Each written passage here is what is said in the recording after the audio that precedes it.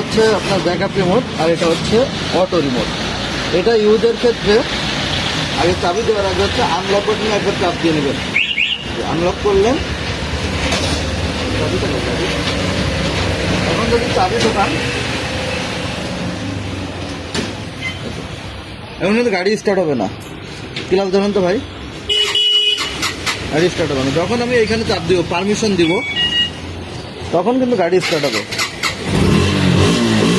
কারণ এটা হচ্ছে ম্যানুয়াল রিমোট, এই রিমোটটা ম্যানুয়ালি আনলক করতে হবে, আর এই রিমোটটা কিন্তু আনলক করতে হবে না। জাস্ট চাবি অফ করবেন, আবার অটোমেটিক্যালি লক হয়ে যাবে। আপনার ম্যানুয়ালি লক করার প্রয়োজন নাই। যদি কেউ মনের সন্দেহ থাকে যে লক হয়েছে না না হয়েছে, সেই ক্ষেত্রে চাপ দিয়ে করতে পারেন। এখন যদি কেউ গাড়িতে টাচ করে, তাহলে গাড়িতে শব্দ হচ্ছে। এটা যদি আপনি আনলক করে রাখেন, তাহলে আবার শব্দ বন্ধ হয়ে যাবে, এখন আর শব্দ হবে না। এটা হচ্ছে ম্যানুয়াল রিমোট, এটা বাসায় রেখে দিবেন। এটা হচ্ছে অটো রিমোট। এই রিমোটটা যদি আপনি দুইবার এটাতে চাপ দেন, এটা হচ্ছে পাওয়ার বাটন, এটা দুইবার চাপ দিলে চাবি ছাড়া গাড়ি চালাতে পারবেন, চাবি ছাড়া গাড়ি চালাতে পারবেন। চাবি কিন্তু বন্ধ, চাবি নাই, গাড়ি কিন্তু চলতেছে,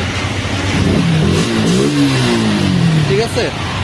এখন জাস্ট আমি বন্ধ করতে হলে, এখন যেহেতু আমি এটা দিয়ে অন করছি, রিমোট থেকে অন করছি, এখন আমাকে রিমোট থেকেই বন্ধ করতে হবে। এখন যদি আমি চাবি ঘুরাই, দেখেন এই যে মিটার কিন্তু বন্ধ হচ্ছে না।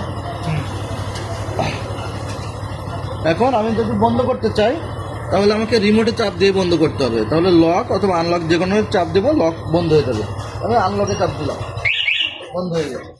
এই রিমোটটা অটো রিমোট হওয়ার কারণে জাস্ট এই যে কাছে আছে, 5 মিটারের ভিতরে থাকলে চাবি অন করলে অটোমেটিক্যালি আনলক হয়ে যাবে। এই যে কিন্তু একটা সাউন্ড হয়েছে, টি টি টি, এই সাউন্ডটা যদি কখনো মিস করে, তাহলে কিন্তু গাড়ি স্টার্ট হবে না।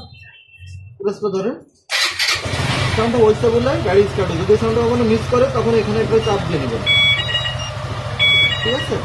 আচ্ছা, এটা হচ্ছে লক বাটন। এটাকে দুইভাবে লক করা যায়, একটা লাউডলি লক করা যায়, একটা মানে সাইলেন্ট লক করা যায়।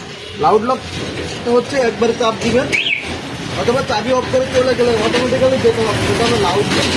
যদি আপনি চান যে ম্যানুয়ালি লক করতে, তাহলে একবার চাপ দিবেন, শব্দ হচ্ছে, গাড়িতেও শব্দ হচ্ছে, রিমোটের শব্দ হচ্ছে।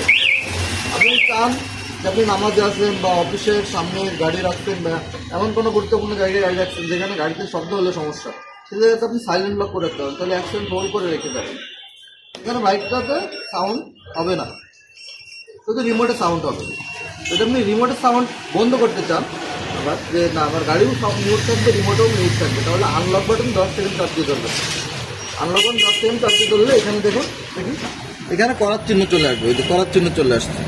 এখন এই যে আমার গাড়িও সাইলেন্ট, রিমোটও সাইলেন্ট, শুধু এখানে লাইট জ্বলতেছে। মানে আমি ছাড়া নিজে অন্য কেউ বুঝবে না।